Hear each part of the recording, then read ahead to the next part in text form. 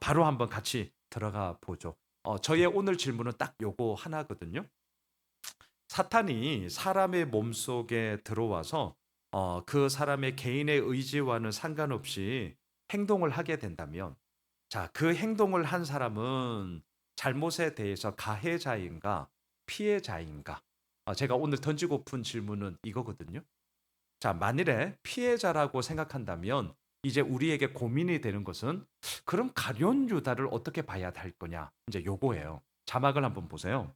먼저 13장 2절, 월요일 날 우리가 큐티했던 본문 가운데 이 구절이 나오거든요. 같이 한번 읽겠습니다. 마귀가 벌써 시몬의 아들 가룟 유다의 마음에 예수를 팔려는 생각을 넣었더라. 그다음에 26절, 27절을 띄워 주시죠. 계속해서 읽겠습니다. 예수께서 대답하시되 내가 떡 한 조각을 적셔다 주는 자가 그니라 하시고, 곧 한 조각을 적셔서 가룟 시몬의 아들 유다에게 주시니, 조각을 받은 후 곧 사탄이 그 속에 들어간지라. 이에 예수께서 유다에게 이르시되 네가 하는 일을 속히 하라. 자, 6월절 마지막 만찬 때에 마치 오늘 사도 요한이 기록하는 것처럼 그때에 사탄이 갑자기 유다 속에 들어와서 유다의 의지와는 상관없이 사탄 때문에 마치 예수님을 배반한 것처럼, 얼핏 보면 그렇게 생각할 수 있습니다. 아니, 그렇게 기록했으니까요. 예. 마귀가 예수를 팔 생각을 집어넣었고 떡 한 조각을 받았을 때 사도 요한의 기록에 의하면 곧 사탄이 그 속에 들어간지라. 그럼 있는 그대로 볼 때는 뭐지? 사탄이 들어와서 사탄의 장난으로 사탄 때문에 가룟 유다는 그냥 그렇게 한 건데? 자, 이제 이렇게 볼 수 있단 말이에요. 만일에 이게 사실이라면, 자, 이제 제가 한번 상상해 보았습니다. 만일에 이게 사탄의, 그러니까 귀신 씨여서, 그냥 쉽게 표현할게, 귀신 씨여서 이제 이 배신을 했다면, 분명한 것은 만일에 이게 사실이라면 이제 유다는 그때의 그 모습은 제정신이 아니었겠죠. 왜? 귀신 씨였으니까. 이거 뭐 그냥 우리가 다 이해할 수 있는 거예요. 그리고 또 어떻습니까? 나중에는 제정신이 들어왔는데 이게 웬일이야? 내가 예수님을 팔아먹었대. 막 사람들이 막 나를 보고 막 난리를 치는 거예요. 내가? 아니, 그렇게 되지 않겠어요? 내가? 그것 때문에 엄청 괴로워했을 거예요. 그래서 대제사장으로부터 은 30세겔을 받았는데 이거를 돌려줬어요. 그런데도 마음이 괴로움이 해결되지 않아요. 그래서 끝내 우리가 알고 있는 것처럼 오늘 결론에서도 보겠지만 가룟 유다가 스스로 자기의 목숨을 끊었다. 자, 여러분 어떠세요? 만일에 이러한 관점으로 가룟 유다를 보게 된다면 가룟 유다는 가해자냐 피해자냐라고 할 때 피해자겠죠. 물론 저는 여기에 반대입니다. 저는 그렇게 보지 않습니다. 이유가 있는데요. 먼저 요한이 기록한 마귀가 예수님을 팔 생각을 넣었다, 사탄이 들어갔다, 이 말의 의미는요. 첫째, 예수님의 고난과 죽으심에 대해서 사탄이 적극적으로 관여했다. 소위 우리가 영적 전쟁이라 그러잖아요. 예. 우리 예수 믿는 우리를 호시탐탐 넘어뜨리고자 사탄 마귀는 오늘도 우리들을 잡아먹으려고 하거든요. 분명히 영적 전쟁이 있습니다. 그러니까 영적 전쟁의 차원에서 이 부분이 분명히 관여되고 있다. 사탄이 관여하고 있다라는 것을 우선 보여주는 의미고요. 아울러 마태복음이나 누가복음서를 보면 가룟 유다가 예수님을 팔기로 작정하고 종교 지도자들과 흥정을 시작한 것은요.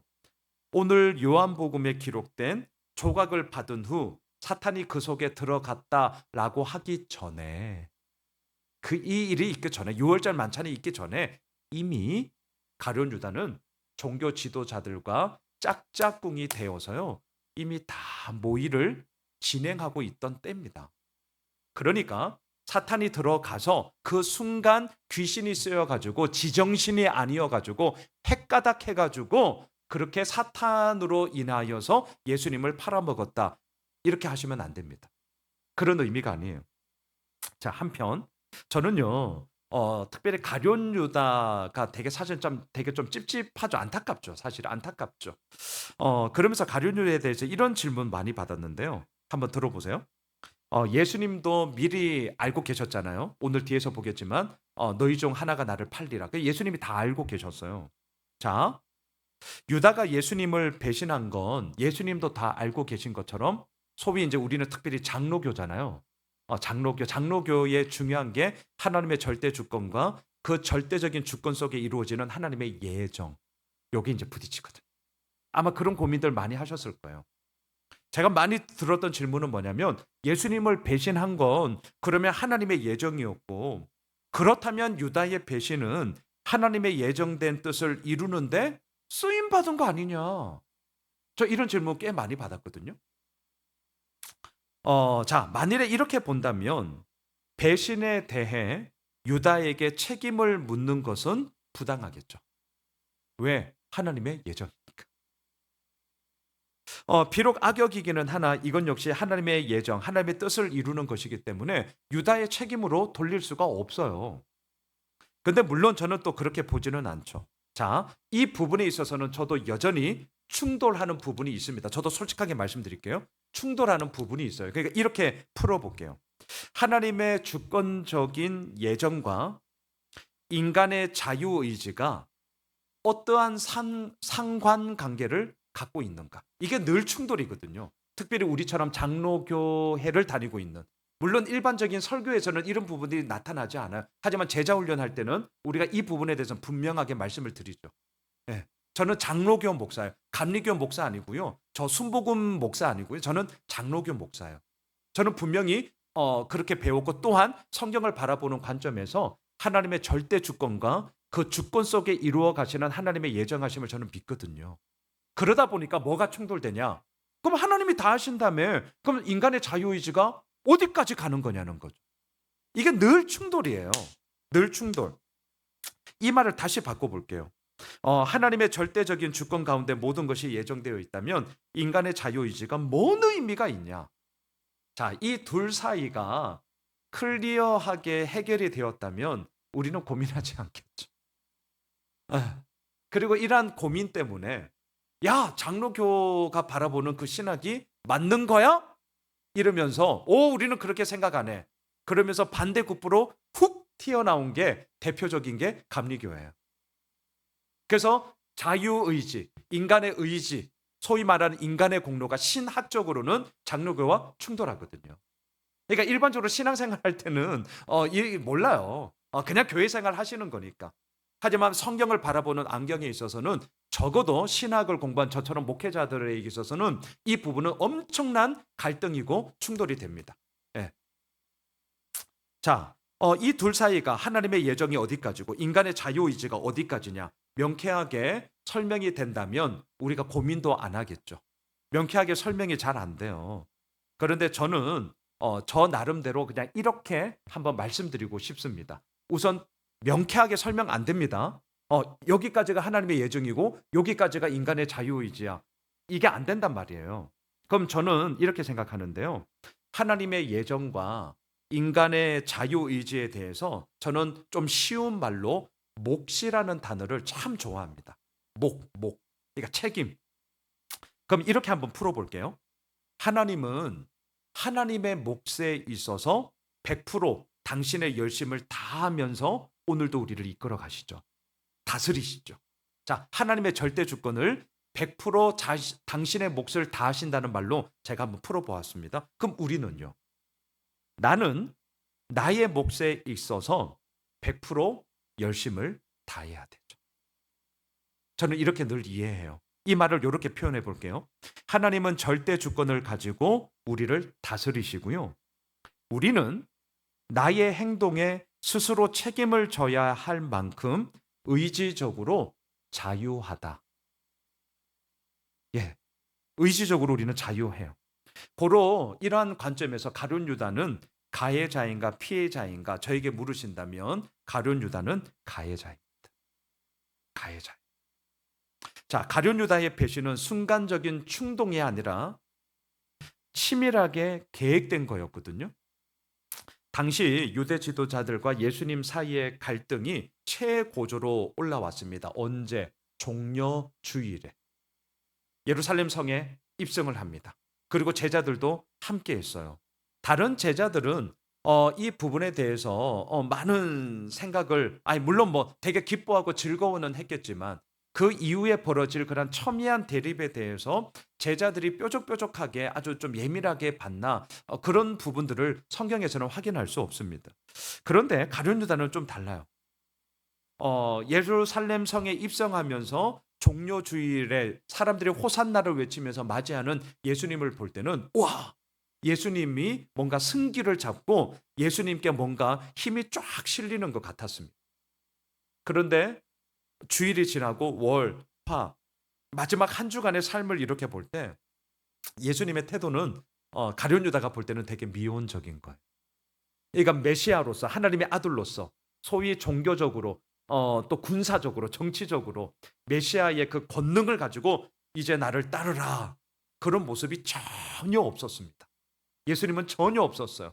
그런 모습을 보면서 예수님에게 뭔가 없는 거 아니야? 그러면서 유다는 계산을 했고요. 재보았고요. 그 가운데 결론을 내렸습니다. 예수님이 불리하다. 그리고 더 나아가 이 예수님을 따르면 나도 불리해지겠고 나도 위험해지겠다. 그래서 당시 노예 한 사람의 몸값으로 계산되는 은 30세겔에 예수님을 팔기로 이미 짝짝꿍 모의를 다 한 것입니다. 순간적인 충동이 아니에요. 그때 사탄이 들어와서 그때 귀신이 씌어서 그냥 충동적으로 한 게 아니고요. 자신의 자유 의지를 가지고 치밀하게 계획했고요. 예수님을 배신한 가룟 유다는 가해자였습니다. 자, 이런 가운데 우리가 월요일부터 오늘 본문까지 유월절 마지막 만찬을 계속 지금 묵상하고 있거든요.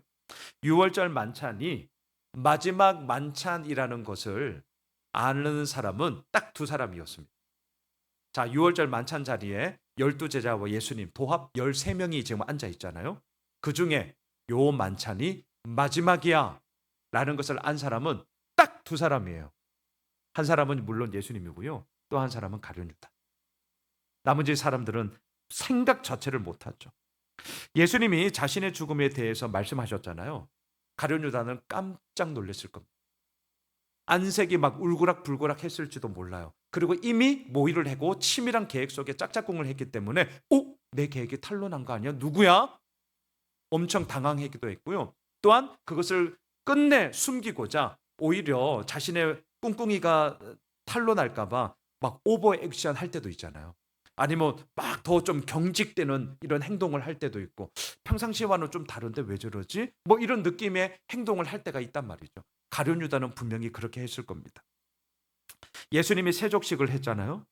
가장 감동받고 가장 찔려야 했던 사람은 단연코 가룟 유다였습니다.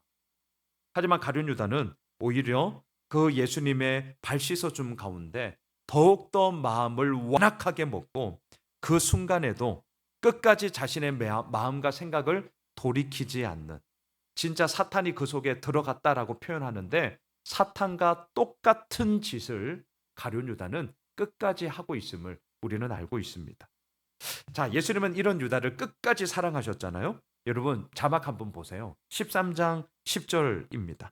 발을 씻으시다가 베드로에게 이렇게 말씀하시거든요. 함께 읽을까요? 예수께서 이르시되 이미 목욕한 자는 발밖에 씻을 필요가 없느니라 온몸이 깨끗하니라 너희가 깨끗하나 다는 아니니라 하시니. 자, 요 얘기가 무슨 얘기인지 한 사람은 알아들어요. 가룟 유다. 너희가 깨끗해. 그런데 다는 아니야. 그 자리에 13명의 남자들이 있다니까요. 예. 예수님이 베드로를 향해서 이 얘기할 때 그 공간이 뭐 얼마나 크겠습니까? 다는 아니야라고 할 때 분명히 가룟 유다는 이 얘기가 뭔 얘기인지 자기를 향한 얘기인지를 알았을 겁니다. 세족식을 마치고 다시금 예수님은 만찬을 나누면서 또 이렇게 얘기하세요. 21절을 띄워 주시죠.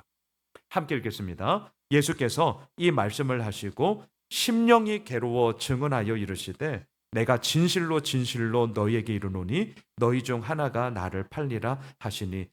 예수님은 아신다니까요. 그리고 이 말이 누구를 향한 말인지 가룟 유다는 알았습니다. 왜 말씀을 하시면서 심령이 괴로우셨을까요?